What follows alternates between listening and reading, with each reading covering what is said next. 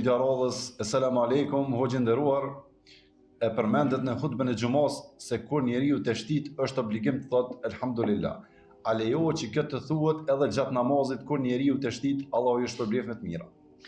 Aleikum assalam wa rahmatullahi wa barakatuh. Në një transmetim të saktë, kur pejgamberi sallallahu alaihi wasallam ishte duke u fal, një person ka tesh, edhe ka thonë elhamdulillah.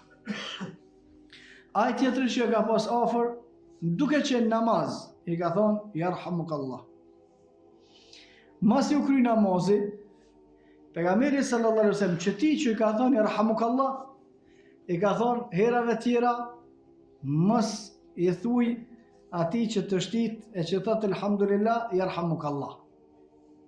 Për shkak se kjo është namaz, nuk lejohet në të vetëm ato të cilat janë tekste në librin e Allahut dhe të precizuara në sunetin e pejgamberit sallallahu alaihi wasallam. Komentatorët e hadithit kanë nxjerrë disa rregulla. Nëse ne jemi namaz atë të shtitmi, duhet me thonë elhamdulillah. Kudo që je, tu lexo elhamdulillah, të shtit elhamdulillah, pastaj vazhdon aty ku e ke thonë. Ku ke pas të lexo Kur'an. A lejohet me thonë me të madhe? Po lejohet me thonë me të madhe se ky sahabiu ka thonë me të madhe. Pejgamberi sallallahu alaihi wasallam këtina që ka thonë elhamdulillah nuk ka thonë asnjë.